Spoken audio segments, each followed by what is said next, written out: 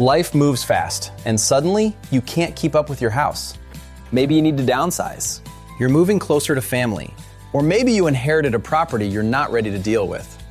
At John Buys Bay Area Houses, we make selling a house easy. Just call 510-800-JOHN. We buy houses in any condition, so you don't have to worry about cleaning or making repairs. There are no fees and no extra headaches. When you sell to us, you can skip the listings, skip the showings, and skip the wait. You get to choose when to close and get paid on your timeline. It's simple and absolutely stress-free. Start fresh. Don't let your house hold you back. Call 510-800-JOHN or visit johnbuysbayareahouses.com. That's 510-800-JOHN. We're ready when you are.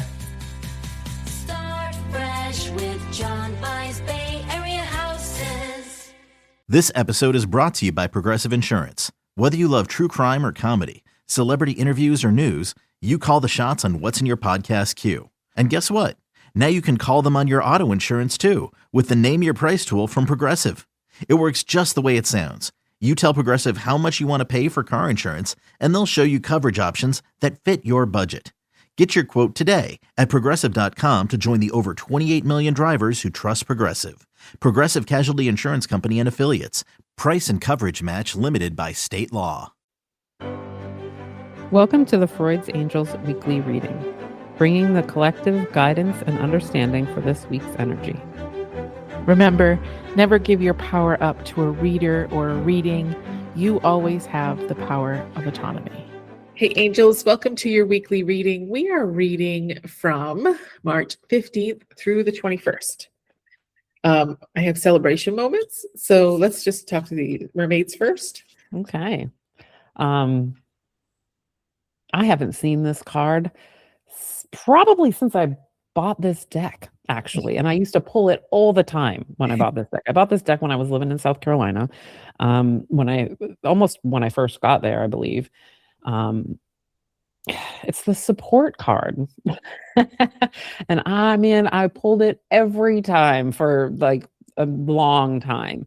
And at that time was when I had joined the Her Secret Circle group and was, working on female relationships and things like that. And I was living somewhere where the only people I knew were the people who I was renting the house from. So and they didn't really live there. So, I needed support and I didn't understand what that even meant because I just lacked that. It's always been me. And it's coming back around right now. This is getting pulled out and I'm like, oh, God damn it. I don't want to talk about that because I still have that mindset. And I think a lot of us still have that mindset. I don't like to depend on people. I don't like to ask people for things. I don't love support. I say I love support, but it's weird to me, right? Like I'm just so used to doing things myself. And, the energy of support feels like sometimes to me, like if I don't reciprocate it, then, I hold that. Like I feel like I owe people things if they've supported me, which is so weird, right? Like, and I remember even when I moved there and being like, you guys don't have to do this. And my friend Will was like, I'm doing this because of all of the friendship you've given me. Like that, like this is a give back. This isn't a give out. And I was like, what? I don't understand. I'm the giver. And dynamics in the relationship. I don't like this. Exactly.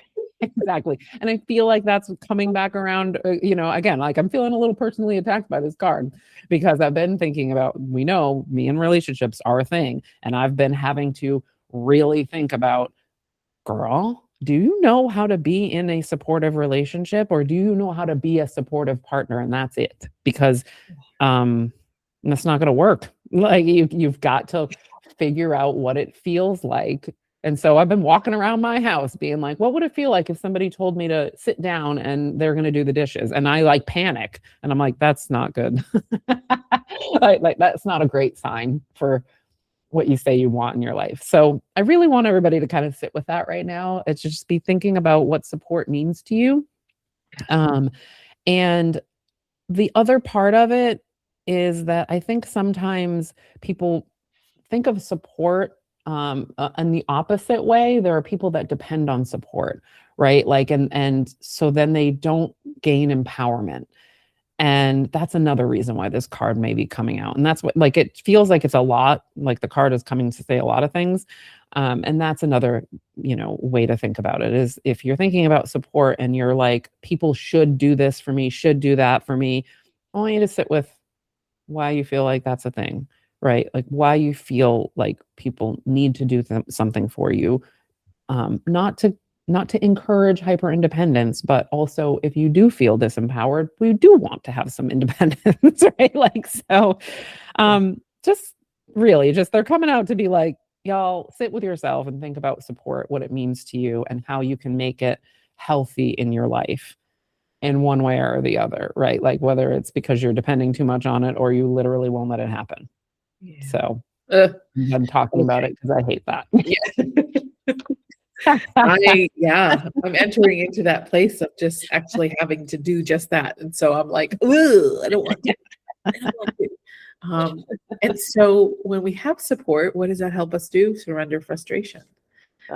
Frustration doesn't open any doors. The key to resolving a dilemma is and dissolving a block is to take a breath, center yourself, and regroup so you may approach the situation more calmly.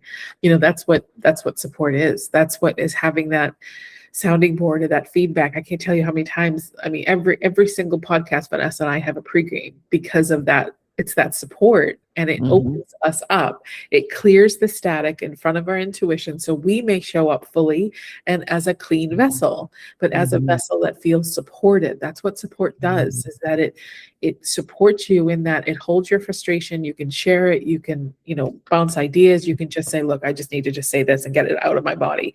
That the frustration is not the only facet of support. Don't get me wrong. I mean, support isn't just going to your friends and bitching at them or venting to them all the time. There's a more relational point to that. But in this context of what they're saying is that when you can come at a situation with a clear mind after sharing your thoughts or frustration or however you're feeling, you can absolutely see the clarity come to you and you're open. And what happens when you are clear in situations you've never been clear in? You have number 16, the rebirth card. Sean Avery, sorry. This card I was waiting. This card indicates a time of major transition and transformation that will result in significant personal growth. By drawing this card, you have entered a period of spiritual awakening and rebirth, where you have the opportunity to align with your higher self and the overarching principles that guide you. This is where you surrender to the changes around you and prepare to be the best you can be. So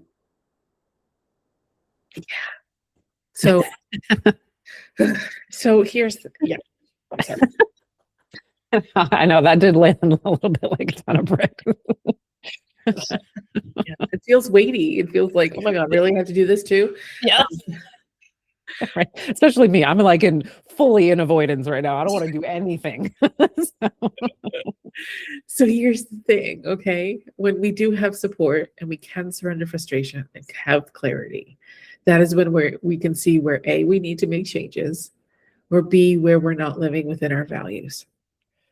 And sometimes it's very abrupt, very like, because we get into the roles that we play in our relationships. We get into the conversation and the beliefs that sit about relationships, about people, about our friendships, about support, about all of those things. And it really kind of creates this static between us and where we're headed, not only as a soul being, but as a human being, and how to embody our soul in the 3D life. Everybody talks about, transcending into the 4, 5, 6, 12, 11, 37D. But here's the thing is like, I can't even master the 3D. I don't know that I'm going to feel comfortable in the other dimensions. Now I can be in both at the same time, but being in that dimension doesn't mean I'm a better person. People use that to spiritually bypass. But if we can take the support we have in the 3D and embody what our soul is here to embody, we kind of almost don't need the other dimensions because we're already in the dimension that supports us. Yeah. And so when you hear people about living in different dimensions, ask them if they've handled how they feel in the third dimension. Yeah. Ask them how they feel living in the present. Because God, I'm not that's saying powerful. it's everybody, Yeah. but most of the time it's because they haven't coped with what they're experiencing here. Mhm. Which I is mean, that's the time I've ever tried to do it when I'm just like, get me out of here. Like, bring me someplace better. That's probably better, right? I'll feel better, right?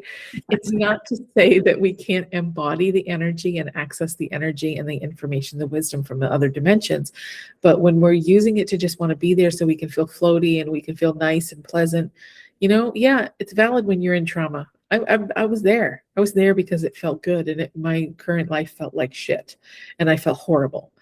But as I healed and did the work and continued to commit to the 3D, that's when my life changed. And I don't need to spend time in other dimensions. The wisdom is available to me at all times. I am an interdimensional being because I received the support and I accepted it. And I worked out the frustrations or what was in the front of my evolution. I'm going through an evolution still yet again. And now I can connect to the power that I have internally in my intuition and my connection to other dimensions through meditation, spirituality, whatever you want to call it. And I can bring that into this dimension. I don't need to escape. I'm present. And so, yeah, anyways, that was my rant about people who go to different dimensions. Our money card is, I have permission to shine and be successful. Freaking men, my friends. You do. Yes. We all have permissions. We do. So can we just celebrate that Friday Mercury goes direct? Oh my God. Can we We're just recording this before that, and I'm just like feeling so pre-relieved, like, please God. I can't tell you how excited I am about that. I can't tell you how excited I am for the launching point that this is going to create. There are so many beautiful things coming for both of us, all of us. And I know it feels like it's not possible right now with the way that the world is. But here's the thing, the more that we can find ourselves and be present and do our own work, the more that we can assist the people that are struggling to do that. So you'll hear more from me. And yeah, there's so many things brewing and I can't wait for you guys to taste the flavor. So we love you and we will see you next week. Hey, love you. Thanks for listening. We hope we gave you something to support your journey. Check out our Facebook or Instagram page to connect with us. Have a great week.